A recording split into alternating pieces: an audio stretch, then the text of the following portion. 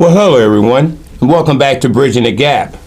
The information we bring forth is not one that's going to be biased in any way, shape, or form, but we want to make sure people understand what's going on, whether it's in our community, whether it's in the government, wherever it is. We want to bring forth information. For those that watch the show, and you know me as for who I am, myself, I am a conservative.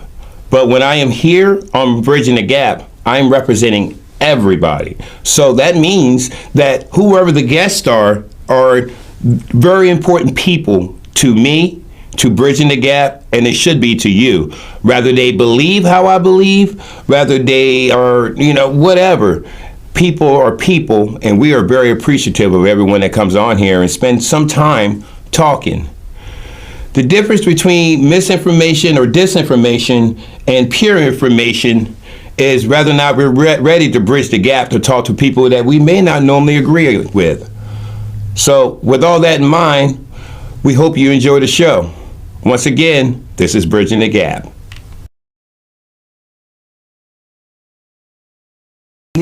I started to go to council meetings on a regular because I wanted to see what was going on, how it happens, and how it works and what goes on.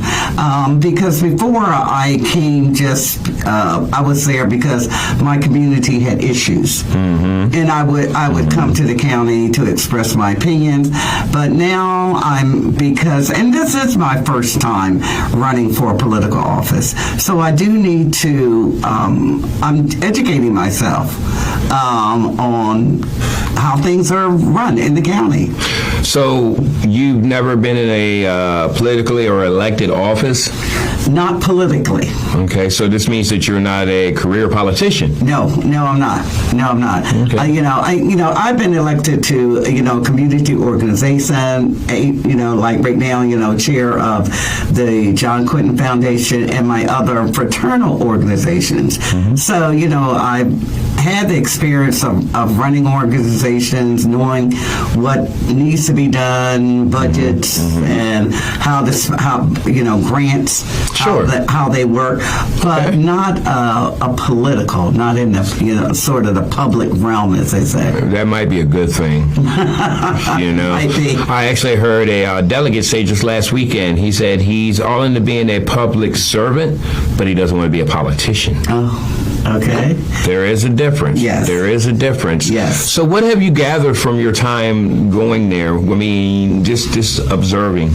I see government running, and one thing that I spoke to somebody about, I rarely hear a council person say, resident, I'm doing this because the resident needs it. And I'm like, what happened to the needs of the resident? Why aren't you focusing on, the needs of the resident? It's all, sort of government, plays back and forth. But, what about the needs of the specific communities and the residents? What other areas do you think that we should be focusing on as far as putting money into? Education, definitely. Where else do you think that we need to put more money into? They need to work with more after-school programs and community programs, and also in my area. Sure.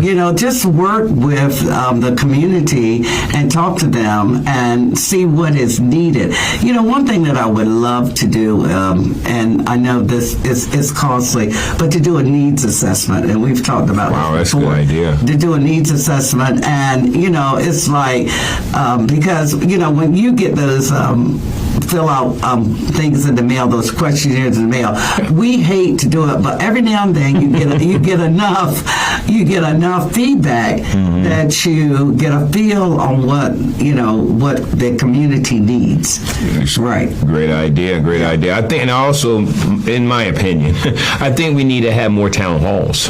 Yes. Absolutely. I mean, I really think that a lot of times the people feel overlooked because they never never see the people they elected. Right. I try to encourage people to be informed before making a decision. Right. And not always go with just a familiar name on the ballot. And the reason why I say that, a lot of times I have seen, and I've got faces that come to my mind when I say this, people who have voted for the same person for decades, just because they're a name that they've seen, but no changes have happened.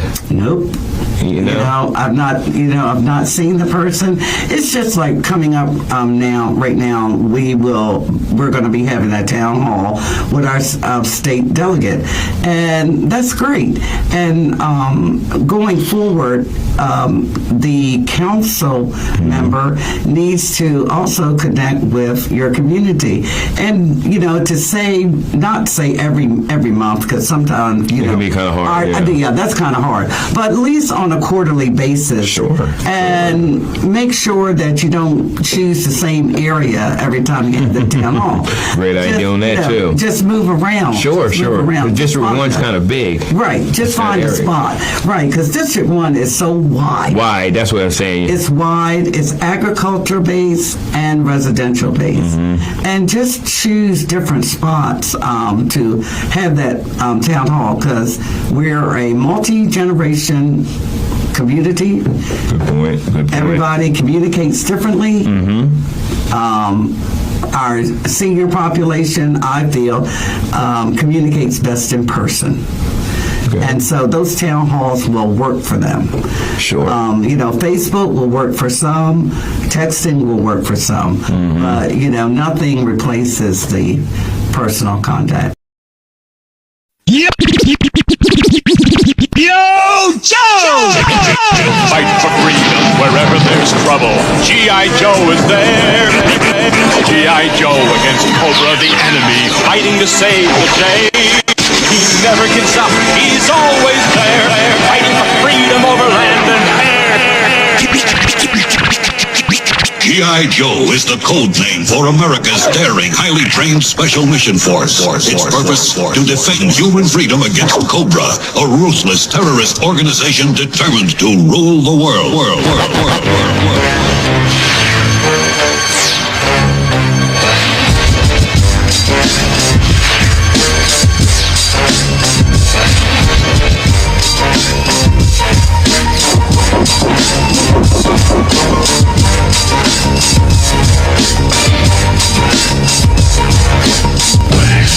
Through the sky comes a fearful cry, Cobra!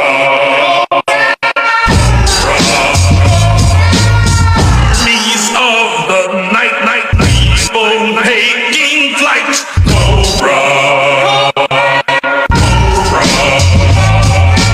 Nowhere to run, nowhere to hide, nowhere to run, nowhere to hide, nowhere to run, nowhere to hide, panic spreading.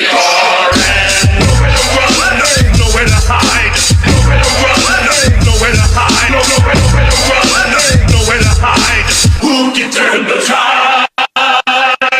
G.I. Joe! G.I. Joe!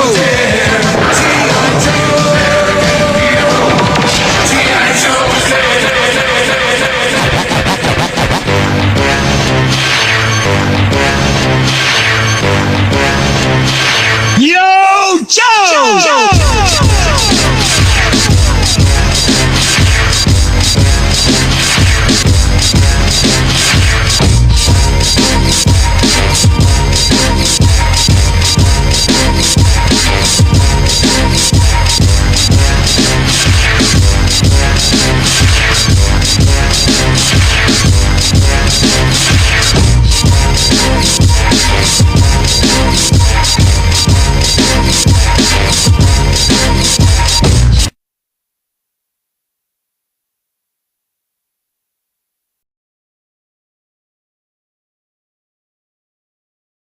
Let me talk to you about housing a little bit. We also had an opportunity to sit down with the housing authority about a piece of property over on the Booth Street area that they're trying to obtain from the county. And I think they're talking about 50 units. And I know there's a lot of criticism the county gets about not getting to the affordable housing. And of course, in a lot of the county, because this is some research we've done, but a lot of the county-owned areas that's not city, we don't have water or sewer hookup. But that piece of property over that way, have you heard anything from them about that? I have not yet. However, it's not something that we are necessarily against. We've actually met with the city, so their housing guy is Miraboda, and we've met with him.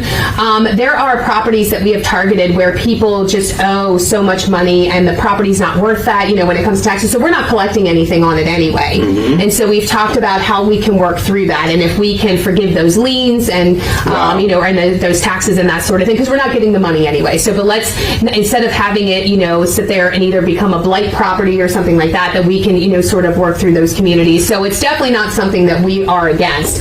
So I would be more than, I would be more than open to, hear from them. Okay, and then when I was talking to Mr. Bibb, who's the executive director over there. Yeah, he's been in here a couple times, Yeah, he was telling us that, especially with some new things that came down from the federal level, that there are kind of like term limits on people's eligibility for these houses. So it'll actually be people moving. It won't just be somebody stagnant in one area. Yeah, I will tell you, and my sister lives on the other side of the bridge, and housing is like her jam, right? So that is like her life.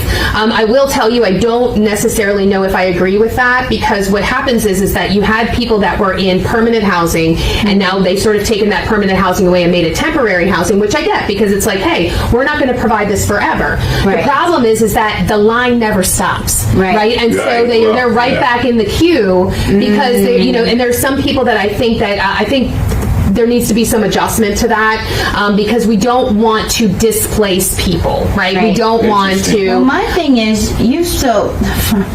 I'm probably still on the waiting list, but unfortunately you have people that need it, right? And you've got these people taking advantage of.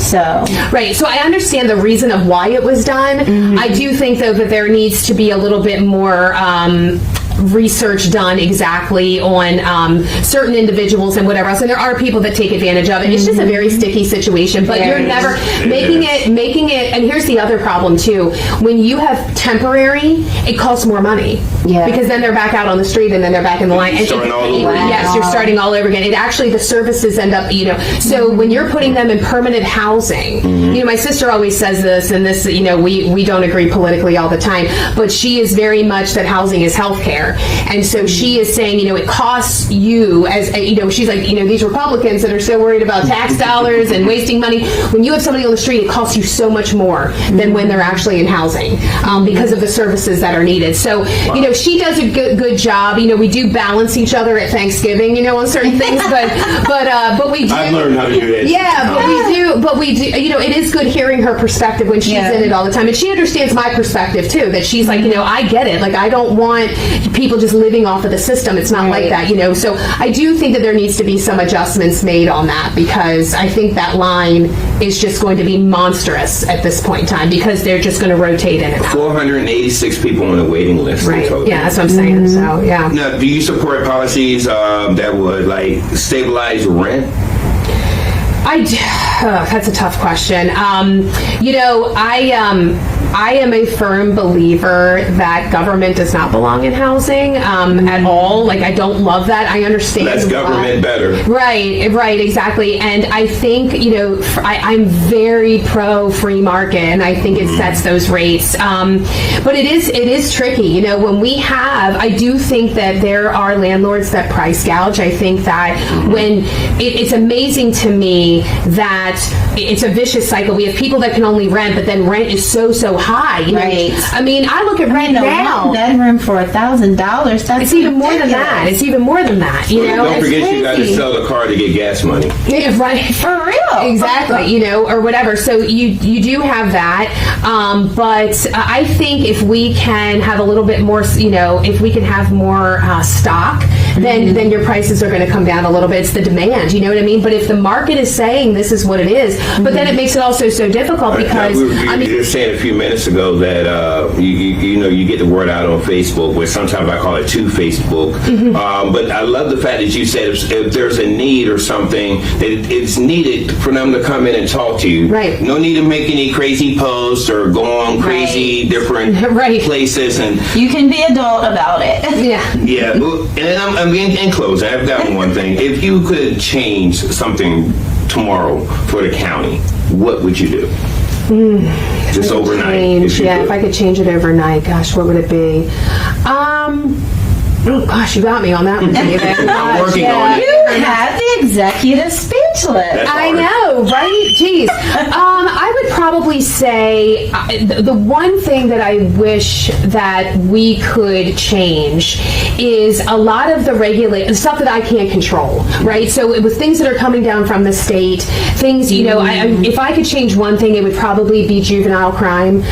It is something that has sort of taken over our state, and when we loosen regulations, kids are exploited by people. They're used and it ends up, it puts them in this life, you know what I mean? And so we've actually talked about different programs and things like that. Once the election's over and we're sort of, if everybody is reelected, we really want to work on what does that community look like, with us really targeting juvenile crime and making sure that our deputies and our state's attorney and they do this already, but putting them more in front of these kids saying, you don't have to choose this life and do this and really doing that community investment in kids and creating a county that is supportive of them. And with that, it's supporting kids and creating opportunities for them. That's why I was so big in the aviation maintenance school. So when we created that, we created a 12-month program where kids can leave high school, do this in 12 months, and they start off at a $70,000 or $80,000 a year job, and they're 19 years old. Like, that's unheard of. But it's creating that opportunity. And so if I could figure out a way to create opportunity for kids where they don't have to choose that life, I would do that, because that's like my education hat and then the public safety hat kind of being put together. So that's, I think, what I would change overnight. And there's also having a young man that's in that age group. Yeah. I was telling someone who came in my office today that said, what's going on? And I said I was just emailing my son's teachers, making sure that he's doing what he needs to do. So got to. His GPA looks good and the grades look good, but there's a couple of them right now I'm a little shaky about. So got to be a mom too. So yep, still a mom. That's just exactly what I was about to say. You're still a mom. Yep. Okay, thank you. And y'all know Jack, so. Yeah, even in public, my wife will make sure she talks to him. Yep. He said he's all, gotta have eyes everywhere. Yes. Thank you. We appreciate everything that you're doing, and thank you again, because again, I don't know before you came in office or whenever you decide to leave office, rather than we'll have an executive that literally will sit down with somebody and talk, and it don't have to be one of the big guys that's in media, but just a small podcast. We appreciate it. Well, no, I appreciate the two of you, and as I've told you before, I love your show. I think that you do a great job at getting to the truth and hearing both sides and and kind of not just being one-sided on things.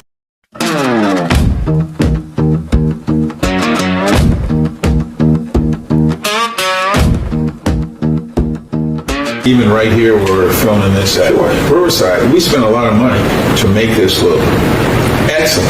And just because someone's on Section 8 or getting a voucher doesn't mean that you have to have substandard living environment. So the place that we have, people drive by and it looks like any apartment. You have no idea that it's Section 8 unless you know the person there and they say, yeah, I'm getting, assistance. And I thank you, Mark, for saying that, because you're right. The stereotype is that Section 8 housing is going to have roaches everywhere, it's going to be paint chipping, but no, these places are actually not just livable, but presentable while being livable. That makes sense. Well, it makes a lot of sense, and we debate this all the time, is when people move into a new apartment, one of our homes, that we almost have to go through training on how to keep it up and maintain it. But they have rules and regulations.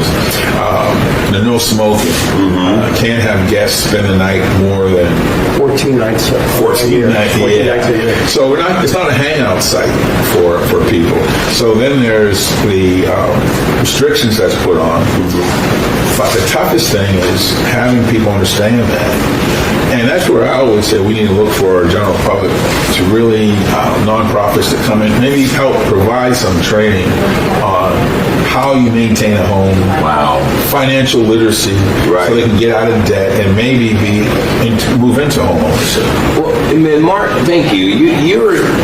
You're involved with so much, and I mean, I know you work with Bishop Anthony Dickerson over to the Christian Shelter, and before he releases them back into their destiny, do y'all prepare them for me? Oh yeah.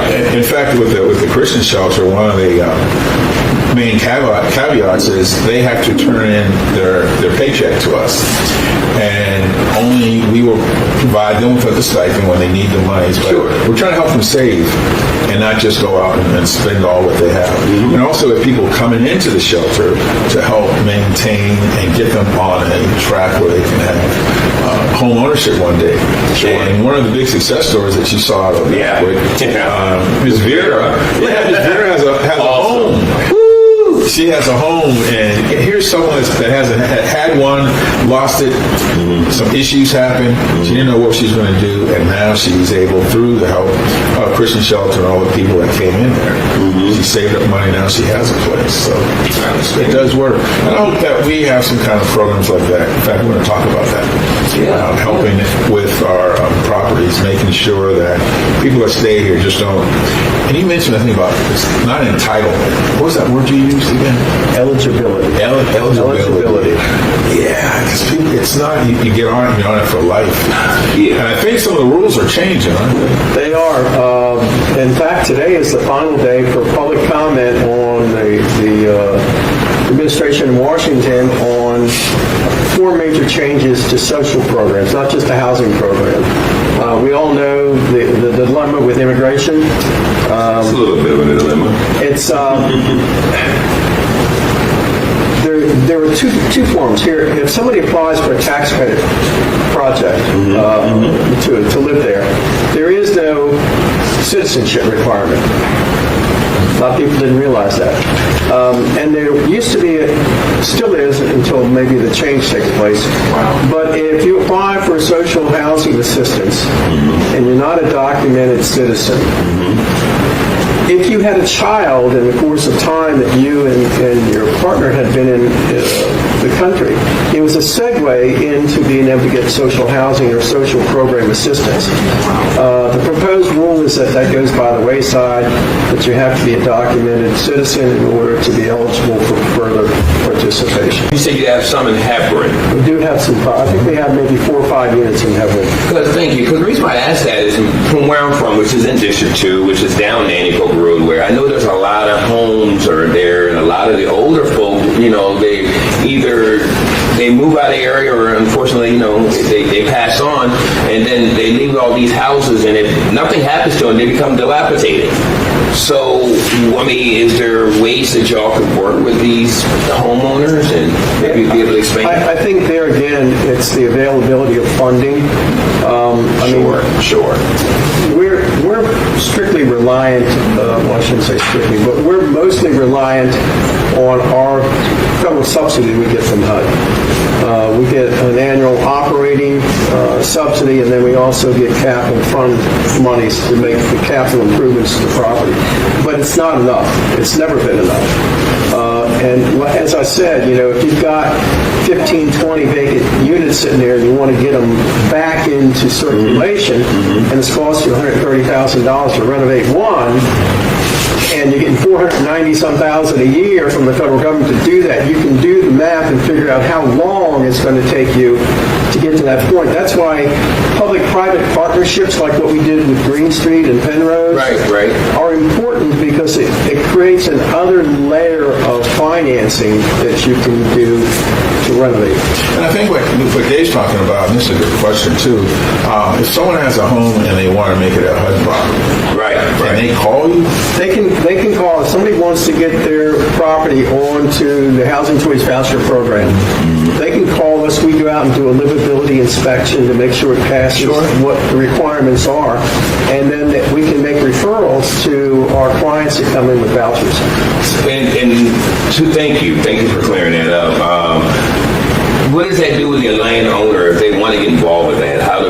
way. Well, they'll enter into a housing assistance contract agreement with the housing authority.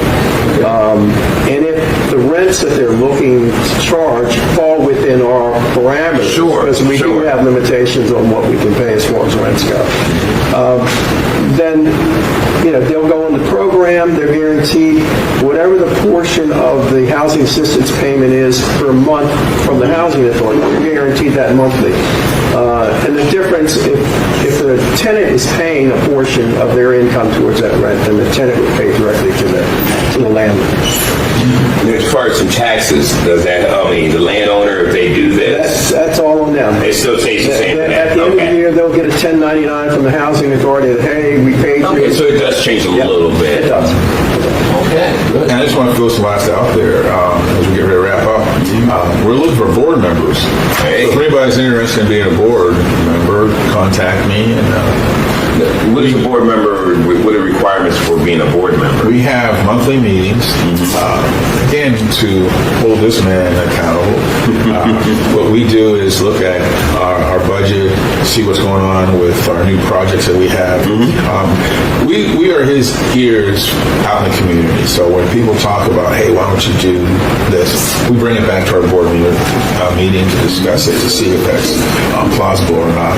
But yeah, we are looking for some board members that especially have ability, knowledge in housing, contracts, construction, things like that. Are there any elected officials here locally that's working with y'all on that? I do know there's a couple of people that's in housing that are elected officials. They're involved with. We have had discussions in the past with elected officials about potential board members. We can't have an elected official sit on the board because considered as a conflict of interest, sure. Okay. But we have a quite diverse board, and that's important to have the diversity out there. Somebody that may be in law, somebody may be in construction, somebody that's a community advocate, just knowledgeable of what the community needs are, and helpful if they have some knowledge of housing. I'm on a quest, though they question my mission. They feel I'm in it just for a check, but I'm different. Some say I'm next, but I just put my bid in, so I ain't even tripping. I'm blessed that you're listening. Money don't make me, hate won't break me. Though the real feel me, the fake can't take me. Ain't the flow crazy, and I don't cuss, but I still bust like a tray 8 with no safety. Loaded with the words, so I slip it in the lines, and you still gon' listen, cause I'm gifted with the rhyme. Take the props that you give me, and I lift it up to God, cause without him I am nothing, so it really isn't mine. He is vision to the blind, life to the dead, light to the darkness that guides every step. The one that gets blamed for the bad stuff when it's all gone, but you never said thanks when you had stuff. How you look at the Lord, upset that you lost when you wasn't following his directions at all. You took your own way, see what your own way got you. A long stay, long way from home base, partner. You probably ain't done. So I do have some questions that cater specifically to our audience here on the Eastern Shore, things that would be on the forefront of our mind. And one of them, what are the top 3 problems that you have identified within the state of Maryland, and what would you do within the first year to begin resolving those issues? Well, obviously the major problem here in Maryland is simply affordability. As we all know, any of us who open a power bill in the state of Maryland usually does that with sticker shock every month at this point. Energy costs have risen to the point where Marylanders now pay more than any other state in the union for electrical bills.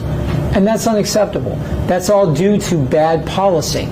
The current governor's green energy initiatives are bankrupting the state of Maryland and bankrupting Marylanders across the state. So we have a plan to drive energy prices down in the first 3 years by 50%. We think that'll make a huge difference. The second biggest problem that we've identified is simply lack of fiscal accountability and responsibility in Annapolis. People there forgot a very long time ago that they're not spending monopoly money or just numbers on a ledger. They're spending your hard-earned tax dollars. And you have an absolute right to know where every dime of that money's going. So we're going to bring in an independent audit team. We're going to go through line by line every part of the Maryland state budget, and we're going to find that money. And where we find fraud, or where we find waste actually, we will eliminate the waste. Where we find fraud, we will prosecute that, because no one steals your money on my watch. The other thing that we've identified as a major problem here in Maryland is obviously the public school system. Throughout the state, we are failing our children and we are robbing them of a future.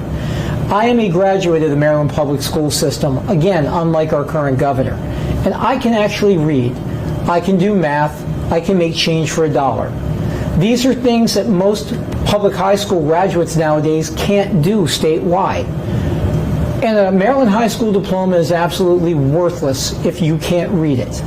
And no Maryland business is going to hire you if you can't make change for $1. So that is exactly why I chose a school teacher as my running mate. Someone who has been in the classroom for the past 30 years every day seeing the problems. Someone with a PhD in special education leadership. And as I said, she's a former state delegate, so she understands how the legislature works. She will help us rebuild the school system. And I will take credit for it, because that's what a good governor does. But among her other tasks, she will be able to rebuild our schools. But in the interim, we will implement school choice. We will also work to have the money follow the student. Because, again, you are paying tax dollars out of your property taxes every year to support schools that are failing your children. Well, until we improve those schools, you have the absolute responsibility to educate your child in the best manner possible. And if that means taking them in and placing them in a private school, then you should do that. If it means homeschooling them, you should do that as well. But you shouldn't have to pay for that out of your pocket in addition to paying for the schools that have failed your child to begin with. So we'll implement a tax credit for parents who either homeschool or send their children to private school for up to the amount that Maryland averages on their per capita spending per child, which right now is about $20,000 a year. We will force the Maryland public school system to compete for that money. And competition sparks one of two things: improvement or failure. And either way, your children will benefit, because you will be getting a tax credit if you have to educate them privately, and the schools will have to improve in order to compete for those dollars. So the next topic I want to dive into is rural health care. Here on the Eastern Shore, we chatted a little bit prior to the interview. Our healthcare systems are struggling. What is your actual plan for funding, policy, or partnerships to ensure that we can get healthcare here? We're also having difficulty with specialists. People are having to travel 2-3 hours. There's not a lot of access here currently. Right. Well, and again, that is a major problem. As we discussed earlier, I recognize that Caroline County over here on the shore is the only county in the state of Maryland that doesn't actually have a hospital. Mm-hmm. I don't understand how that's even possible. If you get in a car accident there, you either have to be shipped down here to Salisbury or sent to Dover, Delaware. Mm-hmm. So the closest hospitals are literally out of state. Mm-hmm. That's unacceptable. We will work with public-private partnerships. We will work with the major healthcare companies here in Maryland to improve access to healthcare here on the shore. And throughout, again, Western Maryland suffers the same type of fate as the Southern Maryland. We also have a Maryland University healthcare system here in Maryland. The University of Maryland has one of the best medical facilities and medical care anywhere in the world. Well, we look to expand that over here on the shore and expand access to those specialists and to that access of actual health care itself over here, so that Marylanders aren't having to travel 3 and 4 hours to see a specialist. Even if it's an old circuit rider type thing where a specialist comes over here 1 or 2 days a week and sees patients from the Western Shore or from another hospital further up the Eastern Shore. Doesn't matter. We can work with them and do that, and especially when it comes to the state healthcare system, because we control that directly. Understood. I love that. So, next topic. How would you balance the environmental regulations and ensuring the economic survival of farmers and our watermen? Because as you referenced earlier, that's a big part of our economy here. It absolutely is. I mean, again, our legislators in Annapolis, by and large, don't understand that agriculture is Maryland's largest industry, but agriculture also includes our watermen. Clearly, we know that they are suffering. I've met with watermen down in Chrisfield. I understand the challenges that they face. Again, I'm a Marylander. I grew up here. This is home. I understand the Bay. I understand the concept. So we will balance the environmental regulations in a manner that is consistent with growth. You cannot overprotect the environment and kill Maryland's largest industry in the process. That doesn't work. There are medians where we can reach accommodation and protect the environment while we are improving the quality of life for Maryland's agricultural industry. Again, this is a huge component to the state, not just economically, but culturally. I mean, Maryland, there's a reason there's a farmer on the Maryland Great Seal. It's not by accident. So we need to honor that, we need to respect that, and we need to foster that.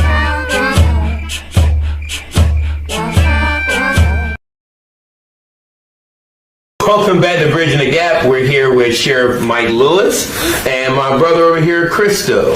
Excuse me. That's impressive. That was a great little interview y'all were doing there. I learned a lot of new stuff in that one too. Well, this is going to be our last section of it, and this is kind of the meat portion here. This is where I've gotten the questions coming to me, and the man that we need to ask the questions is right here. Quick question for you. And I know I asked you this in our last interview we had, but your open door policy. Mm-hmm. What is your open door policy? Anybody can come through that door anytime. And I've always had an open door policy. I've encouraged people. In fact, I had a deputy walk in here this morning and chat with me for a while. And he is a DFC, Deputy First Class. He's not even a supervisor. Mm-hmm. I've always had an open door policy. And it's certainly, you're going to have people that are going to say, well, he doesn't have a deputy. I've always had an open door policy. That door stays open all the time. So what do you say to those who say that they've had trouble, especially in those within your rank or whatever, and say they've had trouble, getting in touch with you? No, I guess people won't say anything during the campaign season, aren't they? But I can tell you, anybody who wants to come through that door and speak to Mike Lewis, number one, there's two different avenues they can do it. Sure. They could walk through that door and come speak to me, or they could send me an email and copy their supervisor, say, I'd like permission to come meet with you. Boom, come on down. My door is open all the time. If they don't feel safe just walking in for fear that they might be stopped by a supervisor or administrator, which I've never known a supervisor or administrator do that, they can walk down this hall. This door is unlocked all day long. It's unlocked. It's not even locked. They can come in out here all they want to. It doesn't lock until after 5 o'clock at night. This section down here, because we have personnel records down here, and fair records down here, obviously. So we have to do the responsibility to protect those records. But other than that, during the daytime, these doors are unlocked all the time. They don't lock at all. Anybody can walk in here within this office. Absolutely. Thank you. Absolutely. Now, this past Sunday, there were events going on all around here, and you actually had a fundraiser that was going on. We did. And let me ask you this: during that recent fundraiser, did you have any of your deputies attended? I'm not talking about the command staff. Any of your deputies? I did. I had deputies attending. Yes, sir, I did. Okay. Absolutely. And they were in plain clothes. They weren't in uniform. And I got to tell you, and I've said this before, my entire command staff was there. By the way, they're deputies. They're deputy sheriffs. They're all deputies. They might be commanders, but they're still deputies. Right. The rank and file deputies would be best suited not to get involved in politics. I want to personally shield them from politics. I truly do. I have not requested to put any campaign signs in any deputies' yards because I don't want them to get involved in politics. This is politics by virtue of my elected position. This is a political position. I want to shield the deputies from that. I want the deputies to know they shouldn't shouldn't be involved in politics at all. Obviously, there are people within the office of supervisory ranks that are getting them involved in the politics. I don't get my deputies involved in any politics. I've not asked one deputy to display a yard sign, nor would I. I would prefer they not show up at political events for either party, including myself. But there were deputies there this past Sunday, and if that's what they want to do, I certainly can't stop them. I can't tell them not to go to a political event. If they want to show up at a political event, they can. But obviously, there are naysayers out there and a lot of negativity out there saying there were no deputies there. Oh, I had plenty of deputies there this past week. Absolutely. Yesterday, to be specific. Okay, thank you. Okay, now several members of your command staff are at or near retirement. If re-elected, are you getting a new command staff? Well, several of them have to go because they're in a drop program, so they're mandated by law, they have to go. And I know one of the captains, I'm told, is going in July anyway. You know, there are several guys that are prepped for retirement and will be leaving. You know, anytime you promote members within your agency, one of the things I got tasked with when I first got promoted is the deputies here wanted a fair promotional system. They considered a previous system a good old boy system. There was no formal testing, there were no formal interviews, there was no formal submission of your curriculum vitae outlining your credentials and your work history and your work experience. So I was asked to do that. We immediately implemented that program to have a more fair and equitable promotional system. So more merit-based. So what's crazy is, so you have everybody competing. There are only a certain number of corporal positions. There are only a certain number of sergeant positions, first sergeant positions. And as you ascend through the ranks, those positions become more and more narrow, like this. So there are only so many positions, and when you promote people, obviously the person who gets promoted, that deputy and his or her family are going to be thrilled to death. But those deputies who didn't get promoted because they were not the next one on the list, all of a sudden they don't like you because they didn't get promoted.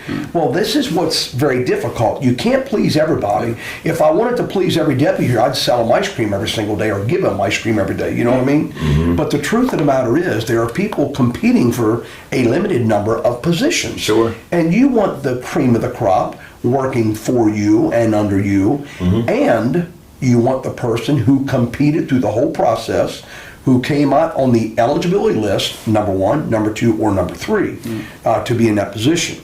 So that is a fair and equitable process.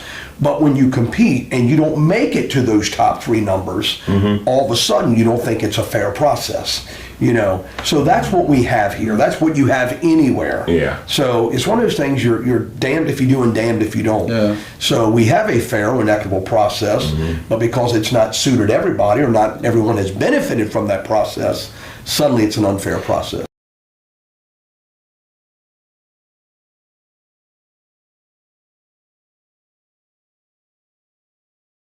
If elected, how will you be able to change that scrutiny over to collaboration?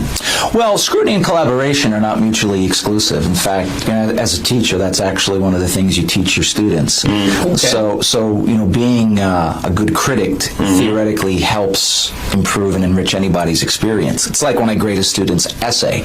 Me grading them and scrutinizing it doesn't mean I don't like the student or I don't even support or not support the argument. It means you want to improve it. Now, when it comes to the specifics of being in office, if it's this current county executive or someone else, fundamentally, as part of the legislative branch, we serve as both a check on the executive, but we do also serve as a collaborator on things that are important. And if you get past a lot of the rhetoric and a lot of the personalities, maybe historically in this county, you'll see that a lot of the actual priorities of the executive and of the council are usually not that far off.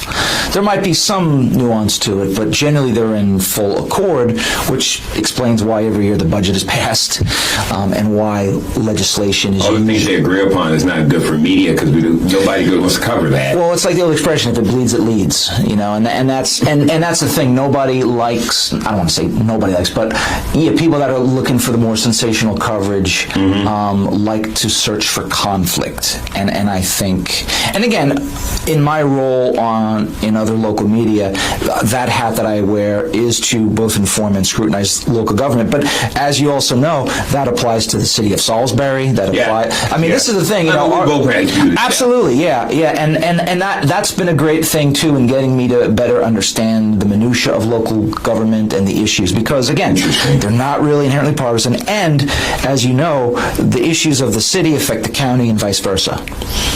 And thank you. And I want to ask you the same kind of a similar question that I was talking to Councilwoman Shields about, who's also against the executive form of government. Yeah, right. She also served on the city council for 10 and a half years. Yeah, she did. The question I had for her is kind of similar to yours.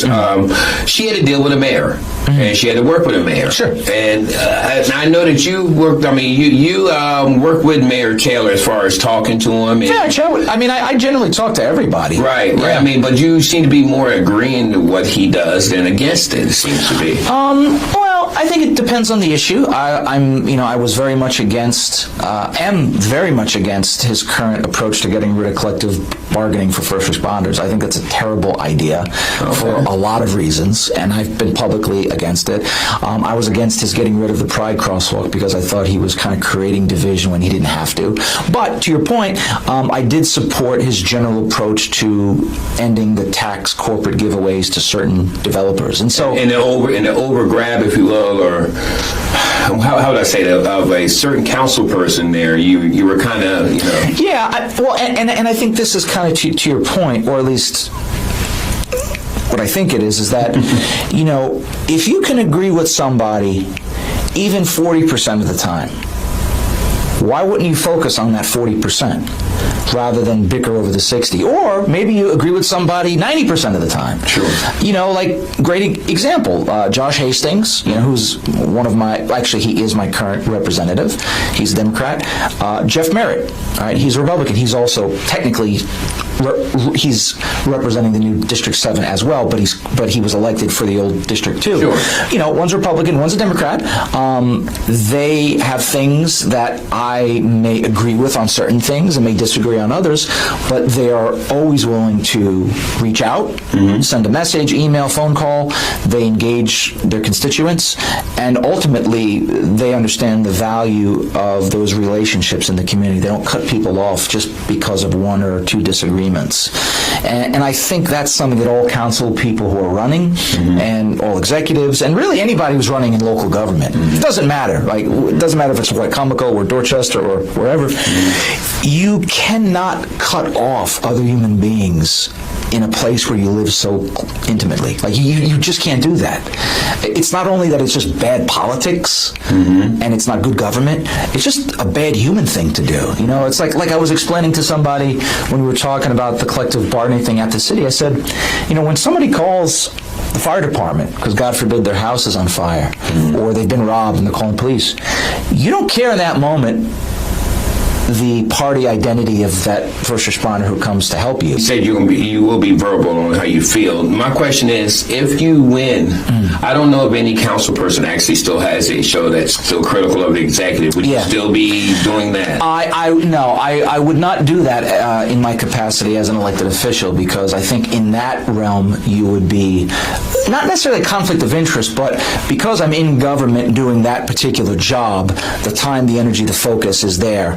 But I do hope that the show continues on in a different iteration, and I hope other people pick up the mantle of that, because there's always going to be city and county issues that need to be scrutinized. And look, I hope other people create shows that also begin to examine local government, because we don't really have a local media infrastructure that does it anymore. And it's really important to keep eyeballs on local government. People should be as critical of what we do on the council, if I'm fortunate to be elected, as what I'm doing now on my show. So Sure. And again, that's one thing that with Bridging the Gap, we want to make sure, I guess some people say we're critical at times, but we try to make sure that information gets out, because at least, and you and I both talked, you've actually actually seen me in my element. I'm from District 2. Yeah. You know, I'm born and raised down You're a West Side guy. Absolutely. And for many years, that side of the county was either overlooked or because we didn't get any broadband or anything. Yeah. You know? Yeah. So, but it's very important to keep people informed. Yeah. It really is. Right.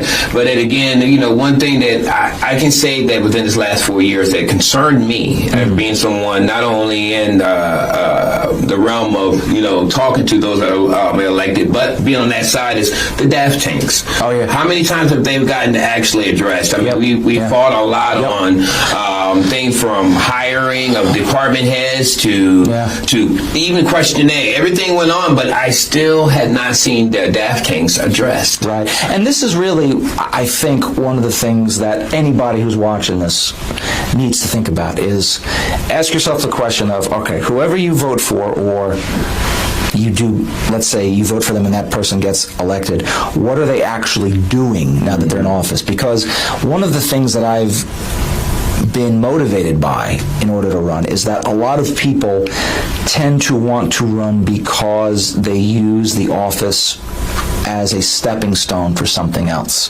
rather than an instrument to actually improve local life. How about that? So if the DAF tank has not been solved in 8, 9, 10 years, if the education resources have stagnated, if we have all these job vacancies in critical county offices, something is going on that our local officials are clearly enabling, and that is inaction.